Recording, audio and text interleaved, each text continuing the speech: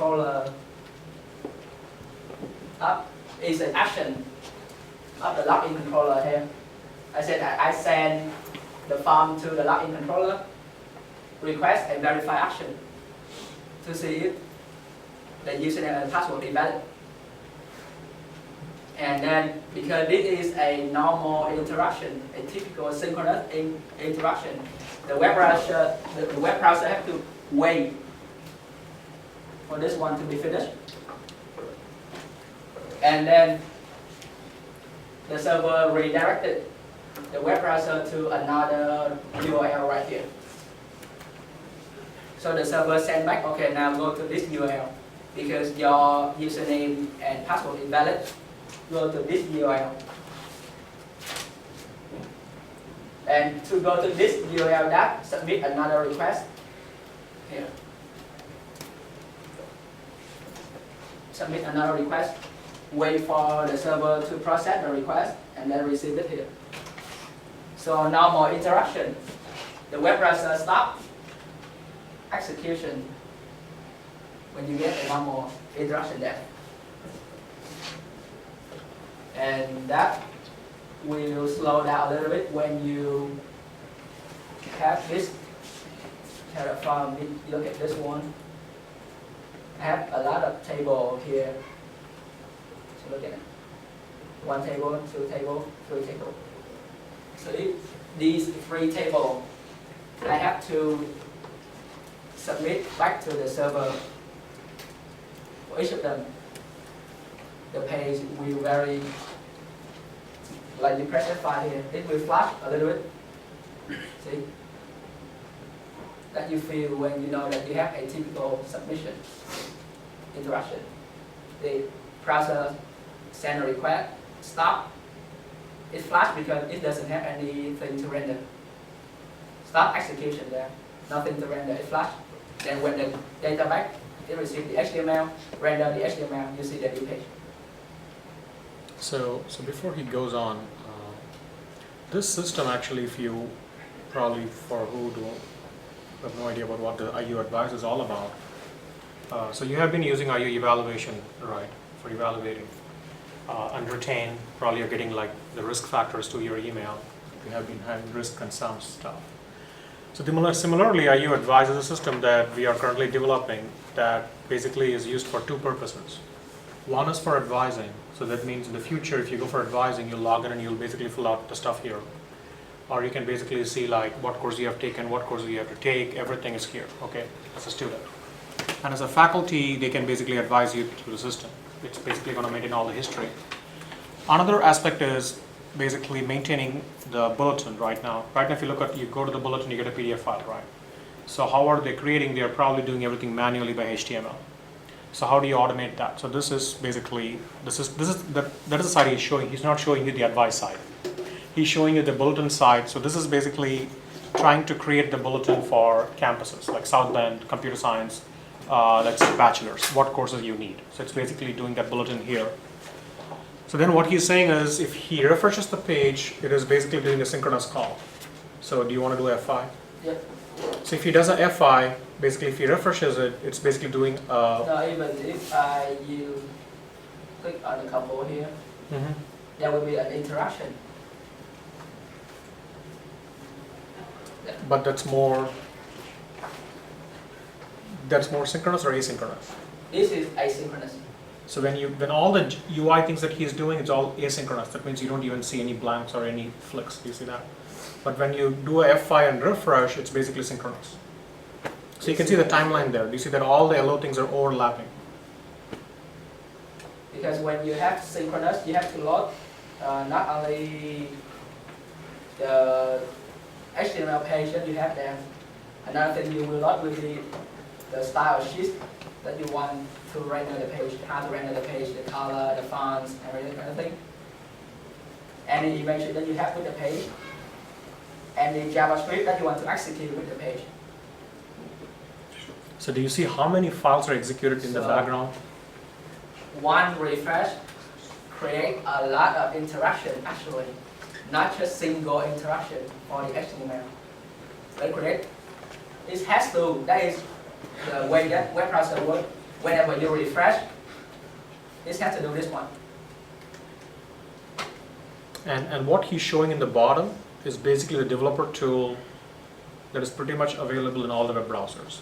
So if you are a web developer, you better learn how to use this, because for debugging and any other stuff you have. So let's say that your page is taking too much time to load. If you want to see which script is slowing it down, you can open it up and see which script is slowing it down. So you better learn these tools. Okay. And what I say about the interaction here, because let's look at this one. We have 3 combo boxes. And if we have to click one of them, refresh the page, click another one, refresh the page, click another one, refresh the page again. It takes more time than if we apply AJAX here. So whenever I click one, I send data request to the server.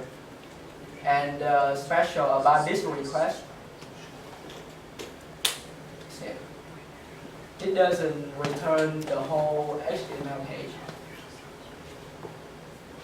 You don't see HTML tag here. You don't see head tag here. You don't see anything that gives you a sense of a whole HTML page. But what it does is it returns the same count boxes. But the data now is come from the server here. So if I change this one implement again, pick the first one, so the data came back is not the whole HTML page. Part of data come back. We modify just the 3 combo boxes that we need to. We don't modify the whole page. And that we need JavaScript to do it, to change the element on the page. That's why AJAX is asynchronous, JavaScript, and XML. Asynchronous because the web browser doesn't wait for the data, keep execution. When the data back, modify the part that the browser needs to modify, and then keep execution. The same thing if I change this one, this will generate some execution here.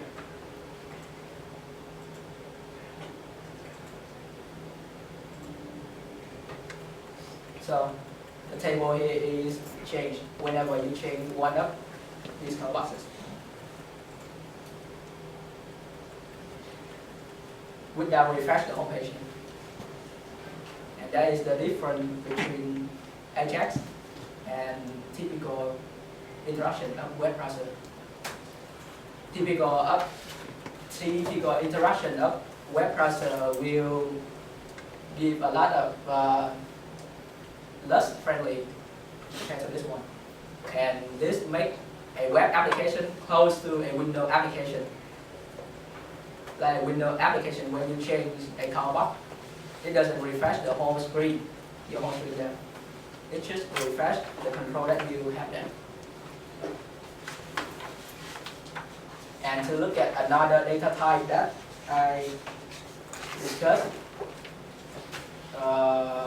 this one doesn't return. No, I think we can show this one here.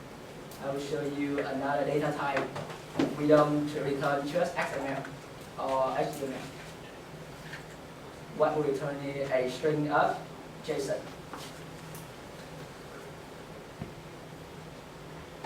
And what this string contains is a whole list of data that we want to return. So the interaction between the server and the browser is using JSON. Okay. JSON, if you look at the terminology paper that I gave you, it's in the last paragraph. What is JSON? Okay. JSON is basically a text-based, what do you say, interface. The text-based data storage that you to send between the server and the client. Send data. And why people came up to this one? Because XML, to present a record like this, XML is still using text, and text still larger than this shorthand notation. because web interaction is expensive. Later, if you come to network class, you will know each HTTP interaction actually takes a whole lot of things that have to be handled to make sure that the server sends to the correct client and the client receive what the server sent. It's not just simple like you put an envelope in and then send it to the post office. The post office delete that mail to another person. You understand that you don't worry about the middle task that the post office has to handle. So to minimize the amount of data that's sent between the server and the client, so that process can be shorter, people come up with this notation.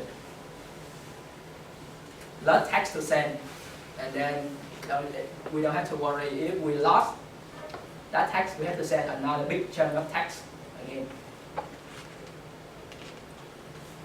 And JSON is passed automatically by the web browser to give you this object. You can access the property here, the value here, and the whole record of this one. And if I don't get confused, this will be the same thing with what you see right here. So there will be degree here with the name there. I think should be get the name of the school, the assignment, degree, description. Yeah. What is that degree description? Yeah, the degree name right here. So what you see here reflected to the user interface by this one. Since we have like less than like 8 minutes, do you want to show one of the degree program? Yep. And Like to see the terrible form that you want to test, we look at this one. So he's basically duplicating an old bulletin copy. And you can see, let me close this one here. So if you test this form, So do you see critical thinking there? is the whole thing that you have to test. You have to test if I have an app dialog show there. If I expand all of these, all of the things he expand. If I add this thing here, thing will reflect into this or not. If I delete up here, Do you want to show and them? it is here. Why cancel is important? Because if you don't focus the cancel, the user can accidentally accept the deletion. And that's why we have to pay attention to what we want the user to do right there. You want to Change show the them? box here. You want to show them adding a course? What? Adding a course? Mm-hmm. And another one is want to add new courses. And this is the list of courses. And the data table down here is manipulated by these boxes.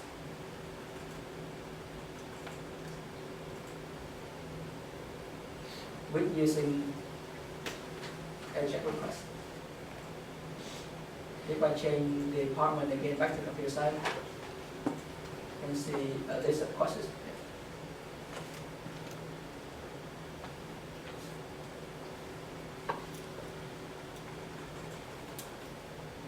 There the whole shape of it, and you can see the course list, the course ID, that is parsed in JavaScript into this array. Right. Yeah. So AJAX is improved user interaction, but AJAX is not the ultimate weapon for you to do it. That is the warning it's not an ultimate weapon because sometimes you don't want just send an AJAX request. And the thing that we usually do is you want to submit a login form. You don't want to send only the username and password there. Because what you want is you want to make sure that the form that's submitted is from your application, not by a person that wrote a piece of JavaScript and then send it to you. Because AJAX is just a piece of JavaScript. You send the data there and tell the script to go to send this to this URL. It will send it. And that is not safe for something that you want to verify that the form you send is from you, not from another person. So when you use AJAX, you have to consider that side effect of it. When you have AJAX, there is no way you know that that request is from you or from another person. Only submission, we tell you, okay, this form is from our server, not from another server submit to us. Any questions? No questions? So working on this one is interesting because I put a lot of thinking on choosing what kind of framework to work with. I don't want to actually reinvent the wheel when someone already had them, already tested them, and already used it without frustrated. Because if we try to develop our own framework, that will take you another 3 months to actually finish it. Probably 3 years. So, reusability is the important thing that you have to look at for you when you develop something. Save you a lot of headache, a lot of debugging, a lot of scratching on your head why this one doesn't work.